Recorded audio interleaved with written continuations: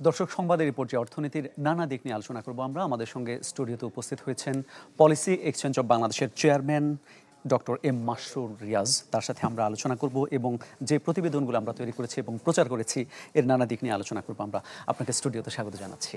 আশা করছি ভালো আছেন। আমাদের প্রতিবেদন দুটিও দেখেছেন। শুরুতে আমরা একটু জ্বালানি নিয়ে আপনার সাথে কথা বলতে চাই। এলপিজির দর 1000 টাকার নিচে নামানোর চিন্তা ভাবনা করছে সরকার। মূল্যস্ফীতি নিয়ন্ত্রণে সরকারের এই পদক্ষেপ আসলে কতটা ভূমিকা রাখবে? নিঃসন্দেহে দেখেন, মূল্যস্ফীতির ফুড এবং নন ফুড দুইটা দিক বিবেচনা করা হয়। নন ফুড মূল্যস্ফীতি বা ইনফ্লেশন, যেটা মানে খাদ্য বহির্ভূত মূল্যস্ফীতি, সেখানে দুইটা বড় ড্রাইভার আছে। একটা হলো জ্বালানি, আর একটা হলো ট্রান্সপোর্ট। আবার ট্রান্সপোর্টটাও জ্বালানির সাথে সম্পর্কযুক্ত, কারণ খাদ্য বহির্ভূত যে বিষয়গুলোয় মূল্যস্ফীতি বাড়ে, কস্ট অফ লিভিং বা কস্ট অফ বিজনেস বাড়ে, তার প্রায় প্রতিটার সাথে জ্বালানি, সেটা ইলেকট্রিসিটি কস্ট হোক, সেটা ডিজেল বা পেট্রোল অকটেন কস্ট হোক, আর তার সাথে সাথে ট্রান্সপোর্টেশন, যেখানে আপনার ফ্রেট মুভমেন্ট, লেবার মুভমেন্ট, এগুলোর সাথে ট্রান্সপোর্টেশন জড়িত। সেই কারণে আপনার জ্বালানির মূল্য উঠানামার সাথে ইনফ্লেশনের একটা বড় সম্পর্ক আছে। তো সেইখানে এলপিজিটা এখন পর্যন্ত বাংলাদেশে ইন্ডাস্ট্রিয়াল স্কেলে সেইভাবে ব্যবহৃত হচ্ছে না। মূলত এটা কনজিউমার বাসা রেসিডেন্সিয়াল পারপাসে বেশি ব্যবহৃত হয়। তো অবভিয়াসলি আপনি জানেন, আজকে প্রায় 2-2.5 বছরের উপরে মূল্যস্ফীতি খুব চড়া জায়গায়, প্রায় একটা লম্বা সময় ধরে ডাবল ডিজিটে ছিল। এখন এটা 8.5%-এর আশেপাশে নেমে এসছে, কিন্তু স্টিল 8.5%ও কিন্তু অনেক উচ্চ মূল্যস্ফীতি, এবং সেটাতে মানুষের অনেক কষ্ট হচ্ছে। তো সেই জায়গায় যদি এলপিজির দামটা একটু কমানো যায়, সেটা নিঃসন্দেহে একটু হলেও স্বস্তি দিবে। আপনি ইতিবাচকই মনে করছেন এই বিষয়টা কি? আমি করা গেলে ইতিবাচক মনে করছি, কিন্তু করাটা এত সহজ নয়। আপনাদের রিপোর্টেই একটু আগে দেখাচ্ছিলেন যে আজকের কোনো একটা অনুষ্ঠানে মাননীয় জ্বালানি উপদেষ্টা বলছিলেন যে ওনারা এখন থেকে এটাকে মোবাইল টিম বা মোবাইল কোর্ট পাঠাবেন, কারণ 1200 টাকারটা 1400-1500 টাকায় বিক্রি হচ্ছে। তো এই যে মার্কেট মনিটরিং, এটা কিন্তু সহজ নয়। ওনারা করতে চাচ্ছেন, এটাকে আমি স্বাগত জানাই, এটা একটা ভালো ইচ্ছা। কিন্তু বাংলাদেশ সরকারের যে সক্ষমতা, এই যে 18-19 কোটি লোকের দেশ, আমাদের বিশাল বাংলাদেশ, মানে জমির পরিমাণ অন্য দেশের চেয়েও ছোট হলেও এটাও একটা বড় দেশ মানুষের তুলনায়। আমাদের একেবারে প্রত্যন্ত অঞ্চলে এলপিজি বিক্রি হয়, হ্যাঁ। তো শুধু ঢাকা চিটাগং তো না, সেগুলোকে মনিটর করা, সেগুলোকে রেগুলার ভিত্তিতে ইন্টারভেন করা, সেগুলোকে জবাবদিহিতার মধ্যে আনা, করতে হবে। করতে পারলে ভালো, কিন্তু করাটা সহজ হবে না। তাহলে এই চ্যালেঞ্জগুলো হচ্ছে মনিটর করা। একটা হলো যে সক্ষমতার অভাব সেই মনিটরিংয়ের, আর তার আগে আমাদের ওভারঅল জ্বালানি খাতেই আমি বলবো যে এই রিপোর্টেও বলছিলেন আপনারা, বা আপনার উপস্থাপনাতে চমৎকারভাবে আপনি বলেছেন, আমাদের জ্বালানি খাতে খুব বড় ধরনের গরমিল হয়ে গেছে 2015-16 সাল থেকে নিয়ে 24 সাল পর্যন্ত। আগের রেজিমে বিভিন্ন ধরনের অ্যাভয়েডেবল পলিসি ফেইলিওর, বা কিছু পলিসি ছিল একেবারে বোঝাই যাচ্ছিল সেগুলো কাউন্টার প্রোডাক্টিভ হবে, খুব জনহিতকর বা জ্বালানি সেক্টর হিতকর হবে না, কিন্তু তারপরেও সেই ধরনের অনেক পলিসি নিয়েছে। তো সেগুলোর কারণে আমাদের কিন্তু ওভারঅল এনার্জি সিকিউরিটি এবং এনার্জি ডিসিপ্লিন এটা ভেঙে পড়েছে 24-এর আগেই। এই এলপিজি আপনি যে আনবেন, রেসিডেন্সিয়ালে গ্যাস দেবেন নাকি দেবেন না, এগুলো কিন্তু আমার সামগ্রিক জ্বালানি সেক্টরের নীতি কৌশল সেটার সাথে যুক্ত। কারণ আমার গ্যাসের বিরাট সংকট, 3300-3400 MMCF এর জায়গায় 1900 MMCF আমরা প্রডিউস করছি, কয়েকশো MMCF এলপিজি এলএনজির মাধ্যমে এনে গ্যাপটা একটু কমাচ্ছি, কিন্তু তারপরেও একটা বড় গ্যাপ রয়ে যাচ্ছে ডিমান্ড অনুযায়ী, আর ডিমান্ড তো প্রতি বছর বাড়ছে। তাহলে এখন আমি কি ইম্পোর্ট করব? আমি কি লোকাল সোর্স থেকে আরও বেশি এক্সপ্লোর করব? ইম্পোর্ট করতে গেলে আরও অনেক বেশি ডলার লাগবে। লোকাল সোর্স থেকে এক্সপ্লোর করতে একটা সময়ের ব্যাপার, কারণ এগেইন ওই 12 সাল থেকে নিয়ে 24 পর্যন্ত নতুন নতুন গ্যাস এক্সপ্লোরেশন ক্ষেত্র যেটা কন্টিনিউয়াসলি করতে হয়, সেটা বন্ধ রাখা হয়েছিল, যার ফলে আমরা বেশ কয়েক বছর পিছিয়ে গেছি। সুতরাং আমাদের এটা আসলে শুধু মার্কেট মনিটরিংটা, এলপিজির দাম 1200 না 1400 সেই জায়গায় রেলেভেন্ট, কিন্তু এলপিজি ওভারঅল ভালোভাবে কিভাবে এফেক্টিভলি ইউজ করা যায় আমাদের জ্বালানি নিড, সেটা আমাদের সামগ্রিক জ্বালানি কৌশলের সাথে নির্ভরশীল। সেই জায়গায় আমরা একটা ডিফিকাল্ট অবস্থায় আছি। তার মানে আপনি যেটা বলতে চাচ্ছেন, জ্বালানিতে নিরাপত্তা এবং শৃঙ্খলা ফেরানোর জন্য আমাদের আসলে একটা নীতি কৌশল কিংবা নীতিমালা পরিবর্তন করা দরকার। অ্যাবসলুটলি, কারণ আমরা তো এখন গ্যাসের ক্রাইসিস আছে, আপনারা শুনছেন ব্যবসায়ীদের থেকে, textile, knit garments, ceramics, steel, যেসব জায়গায় খুব গ্যাস ইন্টেন্সিভ সেক্টর যেগুলো। আর আমরা আশা করছি আমাদের এক্সপোর্ট, যদিও আপনার খবরে দেখাচ্ছিল অগাস্ট সেপ্টেম্বর 2 মাস কমেছে, কিন্তু আমার দৃঢ় বিশ্বাস এটা ওভারঅল এই অর্থ বছরের শেষে গিয়ে আমরা পজিটিভ গ্রোথই দেখব। চায়না থেকে অনেক বিজনেস বাংলাদেশে আসার চিন্তা করছে, চায়না +1, এই deconcentration of value supply chain hub. ইন্ডিয়াতে 50% ডিউটির কারণে কিছু কিছু গার্মেন্টস অর্ডার অলরেডি আসা শুরু করেছে। এই যে রেমিটেন্স আমার বাড়ছে, এটার জন্য কিন্তু একটা পর্যায়ে ইনফ্লেশন যখন কমবে, কনজামশন বেড়ে যাবে, সেই ডোমেস্টিক ইকোনমিকে সাপোর্ট দিতে এই যে অ্যাডিশনাল যে ডিমান্ড তৈরি হচ্ছে ব্যবসা বাণিজ্যের, ইকোনমিক আউটপুটের, এটার জন্য তো আমার গ্যাস আর পাওয়ার দিতে হবে। তো অলরেডি যেটা আছে সেখানেই বড় গ্যাপ। সামনের ডিমান্ড আমি পূরণ করব কিভাবে? কারণ ইম্পোর্টের তো আমার একটা লিমিট আছে, আমার তো ইম্পোর্টের যে ডলার লাগবে এটা আনলিমিটেড নাই। সুতরাং আমাকে একটা কৌশল নিতে হবে। একদিকে আমি জ্বালানির সাপ্লাই ডোমেস্টিক এবং ফরেন সোর্স দুইটাকে মিলে কিভাবে বাড়াবো, আমার ডিমান্ড প্রজেকশন লাগবে, আমার ইন্ডাস্ট্রি এবং ইকোনমিক ডিমান্ড। আরেকটা হলো আমরা যেটাকে বলি আনপ্রোডাক্টিভ সেক্টর, মানে যেখানে দিলে খুব বেশি ইকোনমিক রিটার্ন নাই, সেখানে আপনি গ্যাসের সাপ্লাই, গ্রিড গ্যাসের সাপ্লাই কিভাবে কমাবেন, সেই জায়গায় এলপিজির ভূমিকাটা গুরুত্বপূর্ণ। কারণ রেসিডেন্সিয়ালে গ্যাস যে বিক্রি হচ্ছে, গ্যাস যে সাপ্লাই, এটার আসলে ইকোনমিক রিটার্ন নাই। গ্যাস আমার যদি শর্টেজই থাকে, যেখানে আমার অর্থনৈতিকভাবে লাভবান, মানে ইন্ডাস্ট্রি, বিজনেস, বিদ্যুৎ, সেই জায়গায় দেওয়াটা আমার জন্য বেশি লাভবান। কিন্তু তাই বলে রেসিডেন্সিয়াল ইউজারকে তো ফেলে রাখা যাবে না, সে কি নিবে? সেটাই আমার কৌশলের অংশ, যে সেখানে আমার এলপিজি দিয়ে নিয়ে আসতে হবে। এই ক্ষেত্রে আপনার পরামর্শটা কি হতে পারে, যে আসলে আবাসিকে যারা গ্যাস চাইছেন কিংবা শিল্পে গ্যাসও তো দরকার অনেক বেশি, দুটো সমন্বয় কিভাবে করা যাবে? আমি বলবো যে গ্রিড, ন্যাশনাল গ্রিডের যে গ্যাস, পাইপলাইনের যে গ্যাস, এটা যেহেতু এখন শর্টেজ আছে, এটা ইন্ডাস্ট্রিকে প্রায়োরিটাইজ করতে হবে। ইন্ডাস্ট্রি 1 নম্বর, সেকেন্ড পাওয়ার, থার্ড হলো ফার্টিলাইজার। আর বাসার যেটা মানুষকে তো খেয়ে পরে চলতে হবে, সেটাও ইকুয়ালি গুরুত্বপূর্ণ। বাসায় আপনার সিলিন্ডার গ্যাস যেটা এলপিজি এবং অন্যান্য মাধ্যমে যায়, সেই জায়গাটায় দিতে হবে। কিন্তু সেইখানে কয়েকটা সমস্যা আছে।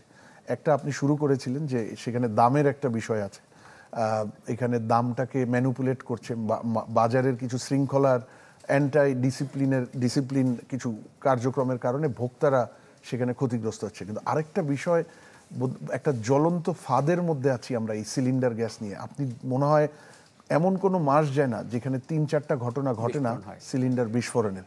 সুতরাং এখানে স্ট্যান্ডার্ডসের এবং সেফটির একটা বিষয়, আমি বলবো দামের চেয়েও একটা বড় বিষয় হয়ে দাঁড়িয়েছে। এবং যতদিন আমি দাম, ডিস্ট্রিবিউশন, অ্যাক্সেস এবং সেফটি অ্যান্ড স্ট্যান্ডার্ডস ঠিক না করতে পারবো, ততদিন এলপিজিকে আমি এফেক্টিভলি বাসা বা রেসিডেন্সিয়াল ইউজারদের দিতে পারবো না। আর না দিতে পারলে এটার চাপ গিয়ে পড়বে আমার গ্রিড গ্যাসের উপর, ন্যাশনাল গ্রিডে, সেটা গিয়ে আবার চাপ বাড়াবে ইন্ডাস্ট্রির উপরে। সুতরাং একটার সাথে আরেকটা লিঙ্ক, এই জন্য নীতি কৌশল প্রয়োজন, ওতপ্রোতভাবে জড়িত। এবারে আমরা একটু দ্বিতীয় পর্যায়ে আমাদের যে প্রতিবেদনটি ছিল সেটা সম্পর্কে একটু কথা বলতে চাই। অর্থ বছরের প্রথম প্রান্তিকে আপনি জানেন যে এর মধ্যে শেষ হয়েছে, প্রথম প্রান্তিকে মোটামুটি আমাদের রেমিটেন্স প্রবাহ ভালো, বৈদেশিক মুদ্রার রিজার্ভ যেটা সেটাও ইতিবাচক। তবে এক্ষেত্রে সাফল্য নেই হচ্ছে আমাদের রপ্তানি এবং রাজস্ব খাতে। রপ্তানিতে আসলে সাফল্য কমার কারণটা কি? না, রপ্তানির সাফল্য নেই এটা আমি এখনো বলবো না, এটা টু আর্লি। কারণ অগাস্ট এবং সেপ্টেম্বরে আপনার কথাটাও ঠিক যে অগাস্ট এবং সেপ্টেম্বরে রপ্তানিতে নেগেটিভ গ্রোথ আছে। কিন্তু দুইটা বিষয় এখানে আমার, যে একটা হলো যে 2 মাসের পারফরমেন্সে আসলে হতাশ হওয়ার কারণ নাই। তবে হ্যাঁ, এই ড্রপ যদি 5-6-7 মাস কন্টিনিউ করে, তখন এটা একটা ওয়ারি, মানে একটা কনসার্নের বিষয় হয়ে যাবে। তবে আমার ধারণা অগাস্ট সেপ্টেম্বরটার ড্রপটা হওয়ার একটা বড় কারণ হলো, আপনি জানেন যে Trump tariff, reciprocal tariff American, সেইটা কয়েক ধাপ পেরিয়ে এটা অগাস্টের 1 তারিখে এফেক্টিভ। প্রথমে জুলাইয়ের 10 তারিখ, আপনি জানেন এপ্রিলের 1 তারিখে এটা এসেছিল, তারপর 9 তারিখে এটা 90 দিনের ডেফারেল দিয়েছিল, জুলাইয়ের 10 থেকে এটা এফেক্টিভ হবে। আবার জুলাইয়ের শুরুতে এসে বলেছে অগস্টের 1 তারিখ এফেক্টিভ হবে।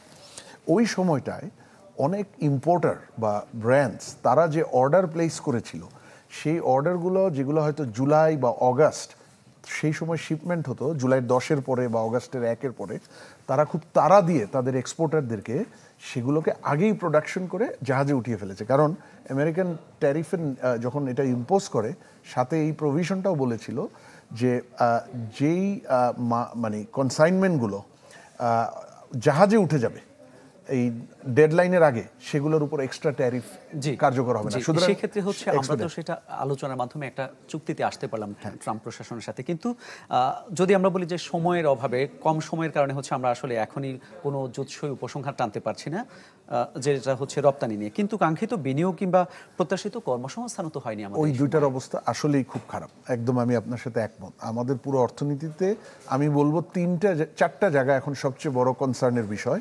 আপনার শুরুর রিপোর্টে প্রথম হলো আমার কর্মসংস্থান বাংলাদেশে এটা অবশ্য গত 12 মাসের সমস্যা না, এই সমস্যাটা 2016, 17, 18 থেকেই শুরু হয়েছে। আমাদের যে নতুন এমপ্লয়মেন্ট ক্রিয়েশন সেটার একটা গ্রোথ রেট 3%-এর উপরে ছিল, সেটা 2018-19-এর পরে এটা 1.5-2% নেমে এসেছিল। সুতরাং এটা চলছে, কিন্তু গত 14 মাসে এইটার অবস্থাটা আর একটু সঙ্গীন হয়েছে। আপনারা দেখেছেন 2 সপ্তাহ বা 3 সপ্তাহ আগে পিপিআরসি একটা নতুন স্ট্যাটিস্টিক্স দিয়েছে, যেখানে দেখা যাচ্ছে যে পভার্টি বেড়ে গেছে আপনার 20-21% থেকে 28%-এ চলে গেছে। আর আনএমপ্লয়মেন্ট এবং আন্ডার এমপ্লয়মেন্ট, মানে যারা এনাফ আওয়ার্স কাজ করে না, মানে যেই কাজটা না ধরার মতো না, সেগুলো মিলে প্রায় 50%-এর উপরে চলে গেছে। সুতরাং আমাদের এই আনএমপ্লয়মেন্টটা একটা বিশাল কনসার্নের বিষয় এত জনবহুল এবং ইয়াং পপুলেশনের দেশে। এখন আনএমপ্লয়মেন্ট, এটার জন্য এই যে হ্যাঁ, আপনি যে সিনারিটা দেখালেন, এটার জন্য কি আসলে আমাদের আর্থিক খাতের সংস্কার যে উদ্যোগগুলো নেওয়া হয়েছে সেটাও যথেষ্ট ছিল? না, আর্থিক খাত একা এই সমস্যার সমাধান করতে পারবে না। এমপ্লয়মেন্টের জন্য আপনার সর্বপ্রথম যেটা দরকার বিনিয়োগ, বেসরকারি বিনিয়োগ। সেই জায়গায় আমাদের একেবারেই কোনো ভালো খবর নাই। আমরা একটা জিনিস, যে গত 12-14 মাসে আমাদের সামগ্রিকভাবে অর্থনৈতিক শৃঙ্খলা বা সুশাসন সামগ্রিক দেশের সাথে সাথে সেখানেও ভেঙে পড়েছিল, সুশাসনটা রেস্টোর করা গেছে, সেটা একটা ভালো জিনিস। সেটারই একটা ধারাবাহিকতা, ব্যাংকিং খাতেও সুশাসন রেস্টোর করার উদ্যোগ নিয়েছে। কিন্তু সেটা দিয়ে বিনিয়োগ হয় না। বিনিয়োগ পরিবেশ আমাদের আজকে বহু বছর ধরে খারাপ। গত 14 মাসে তেমন কোনো সংস্কার হয়নি বললেই চলে বিনিয়োগ পরিবেশে। আবার বিনিয়োগের সাথে আপনার বাণিজ্যের পরিবেশটা, যেমন ট্রেড ফ্যাসিলিটেশন, ট্যারিফ পলিসি, সেগুলো ওতপ্রোতভাবে জড়িত। সেইখানে এই যে 2 সপ্তাহ আগে একটা ভালো রিফর্ম হয়েছে, ওই যে পার্শিয়াল এক্সপোর্টারদেরকে বন্ডেড ফ্যাসিলিটি দিয়েছে, এটা একটা ভালো উদ্যোগ, কিন্তু এইটা ছাড়া ট্রেড ফ্যাসিলিটেশনে তেমন কোনো সংস্কার হয়নি বললেই চলে। সুতরাং বিনিয়োগ যদি না হয়, এমপ্লয়মেন্ট হবে না। দর্শক, আমরা এই নিয়ে আরও আলোচনা করব। আমাদের সঙ্গে স্টুডিওতে যুক্ত আছেন পলিসি এক্সচেঞ্জ অব বাংলাদেশের chairman doctor M Masrur Riaz. প্রতিবেদনটি শুনছিলেন, বাংলাদেশ ব্যাংক নিয়ন্ত্রক সংস্থা। অনেক কাজ ওনাদের, যেটুকু এই সকল যে সিদ্ধান্তগুলো নেওয়া হয় এগুলো বাস্তবায়ন করেন মূলত কর্মকর্তারা। সেখানে 1300-র বেশি পদ খালি। কেন্দ্রীয় ব্যাংকে 1 বছর বেশি সময় ধরে আসলে কোনো অফিসারই নিয়োগ হয়নি। কার্যক্রমে এটা কতটা প্রভাব ফেলছে? না, 1300 তো একটা বড় নাম্বার। মানে অনেক বাংলাদেশের অনেক সংস্থা আছে যাদের 1300 টোটাল জনবল নাই। সেই দিক থেকে এটা শুনলে তো একটা ভয়েরই ব্যাপার। তবে এখানে একটা বিষয় আছে, মানে বাংলাদেশ ব্যাংক, মানে এই 1300-র আসলে টোটাল যে বাংলাদেশ ব্যাংকের হিউম্যান রিসোর্স, এবং সেটা তো একটা নর্মালি যেটা হয়, হিউম্যান রিসোর্স প্ল্যানটা আপনার একটা অর্গানোগ্রামের এগেনস্ট হয়। অর্গানোগ্রামটা আবার ওই সংস্থার বা ওই প্রতিষ্ঠানের যে মূল ফাংশন, কার্যক্রম, তার এগেনস্টে হয়, রাইট? তো আমি আশা করব যে কেন্দ্রীয় ব্যাংকের যে মূল বা সবচাইতে গুরুত্বপূর্ণ কার্যক্রমগুলো, আমি আশা করব সেই জায়গার অফিসাররা আছে বা সেই পদগুলাই এই মুহূর্তে অফিসার আছে। সেটা যদি না থেকে থাকে, সেই যে মূল ফাংশনগুলো বা সেন্সিটিভ ফাংশনগুলো, সেখানে যে মিনিমাম নাম্বার অফ যে পোস্ট দরকার, সেই পোস্টের এগেনস্টে যদি কোনো খালি পদ থেকে থাকে, আমি তাহলে সেটা আমার জন্য ওয়ারিং হবে। তো আমি আশা করব যে সেটা তারা খুব দ্রুত বাস্তবায়নে যাবে। তবে এটাও ঠিক, কেন্দ্রীয় ব্যাংকও কিন্তু দেখেন পুরো বাংলাদেশি 24 অগাস্টের পরে সরকারি পুরো খাতটাই, সেই একেবারে সামরিক, বেসামরিক, পুলিশ, জুডিশিয়ারি, সবাই একটা বড় চেঞ্জের মধ্যে, আনসার্টেনিটি ছিল অনেক, যাচ্ছে। সেখানে আসলে বাংলাদেশ ব্যাংককে প্রথম প্রায়োরিটাইজ করতে হয়েছে যে ব্যাংকগুলো অলিগার্ক বা রাজনৈতিক মদতপুষ্ট ওনারদের কন্ট্রোলে এবং অ্যাবিউজের মধ্যে ছিল, সেগুলোকে সুশাসন রেস্টোর করা, সেদিকে প্রায়োরিটাইজ করতে হয়েছে। এইদিকে হয়তো তারা টাইমলি নজর দিতে পারেনি, কিন্তু এখন 14 মাস হয়ে গেছে, এখন তো এই জায়গায় নজর দিতে হবে। কি মনে হচ্ছে, আপনি যেহেতু 24-এর গণ অভ্যুত্থান তুলে নিয়ে আসলেন, আমি ওই দৃষ্টিভঙ্গি থেকে বলতে চাই, এই অভ্যুত্থানের মূল্যেই ছিল মূলত কর্মসংস্থান সৃষ্টি এবং কোটা মেধার একটা বিষয় করা। কিন্তু সেই ক্ষেত্রে 1 বছর 14 মাস পরেও সরকার আসলে নিয়োগ দিতে পারেনি। এই বিষয়টাকে আসলে কিভাবে না, দেখবেন? সেটা তো নিঃসন্দেহে একটা দুর্বলতা। যেহেতু একদম আপনার রিপোর্টে একদম সুনির্দিষ্টভাবে বলছে যে 1300 পদ, তার মানে নিশ্চিতভাবে এটা অ্যাপ্রুভড অর্গানোগ্রামের অংশ। সুতরাং অ্যাপ্রুভড অর্গানোগ্রামের যে কোনো পদ খালি থাকলেই সেই প্রতিষ্ঠানের কোনো না কোনো কার্যক্রম ক্ষতিগ্রস্ত হয়। তো সেটা প্রথম 5-6 মাস পারে নাই, সেটা আমার মনে হয় বাংলাদেশ ব্যাংককে সেই স্পেসটা দেওয়া দরকার। কারণ ওই যে আমি বললাম, তাদেরকে ম্যাসিভ গভর্নেন্স রেস্টোরেশনে যেতে হয়েছে, সুশাসন রেস্টোরেশন। অনেকগুলো ব্যাংক বন্ধ হয়ে যাওয়ার পথে ছিল লুটপাটের কারণে, সেগুলোকে টিকিয়ে রাখার মধ্যে যেতে হয়েছে। তাদের ডিপোজিটরদেরকে শান্ত রাখার বিষয়ে যেতে হয়েছে। আবার বিদেশে যে টাকা পাচার হয়েছে, সেই গুরুদায়িত্বটাও পড়েছে বাংলাদেশ ব্যাংকের উপর। সেইটার পাচারের টাকা উদ্ধারের ব্যবস্থা নিতে হয়েছে। সেইগুলোর ডামাডোলে হয়তো ওনারা 5-6 মাস এখানে ফোকাস করতে পারেন নাই, আমি এটা মেনে নিচ্ছি, এটা হওয়াটা অস্বাভাবিক না। কিন্তু 14 মাস পরে এসে এই 1300 পদ খালি থাকাটা আমার মনে হয় সেটা রাখাটা উচিত হবে না। এটা বাংলাদেশ ব্যাংকের যে অত্যন্ত গুরুত্বপূর্ণ দায়িত্ব এই নতুন বাংলাদেশে, নতুন অর্থনীতিতে, সেটা ব্যাহত হবে। ব্যাংকিং খাতে একটা আলোচিত শব্দ হচ্ছে খেলাপি ঋণ আদায়। আসলে গত 14 মাসে খেলাপি ঋণ আদায়ে কেন্দ্রীয় ব্যাংক আসলে কার্যকর কোনো ভূমিকা নিতে পারলো? কেন্দ্রীয় ব্যাংক দুটা কার্যকর ভূমিকা নিয়েছে, আমার মনে হয় আরও নিতে হবে। বা দুটা ধাপ আমার মনে হয় ওরা ভালোভাবে শুরু করেছে। প্রথম ধাপটা হলো এই খেলাপি ঋণের যে ক্যান্সার সৃষ্টি হয়েছিল, এটার যে মূলটা ছিল ওই যে রাজনৈতিক মদতপুষ্ট ব্যাংক মালিক যারা নামে বেনামে টাকা পয়সা নিয়ে যাচ্ছিল আর ফেরত দিচ্ছিল না, তাদের কবল থেকে ব্যাংকগুলোকে মুক্ত করেছে। আপনি দেখেন যার ফলে গত 14 মাসে নতুন করে ইচ্ছাকৃত লুটপাটের উদ্দেশ্যে খেলাপি ঋণ আর হয়নি। দ্বিতীয় যেটা করেছে তারা আপনার ওই যে যারা খেলাপি ঋণগুলো বড় আকারে নিয়ে গেছে, মানে বড় লুটপাট, তাদের বিরুদ্ধে আইনগত ব্যবস্থা শুরু করেছে। তো আমি মনে করি এই দুইটা good step towards the right direction, কিন্তু এটা আরো বেগবান হওয়া উচিত ছিল। অনেক ধন্যবাদ আপনাকে। বেগবান নিশ্চয়ই সরকার যে সময়টুকু আছে এটুকুতে করতে পারবে। দর্শক, আমরা কথা বলছিলাম পলিসি এক্সচেঞ্জ অব বাংলাদেশের চেয়ারম্যান ডক্টর এম মাসরুর রিয়াজের সঙ্গে।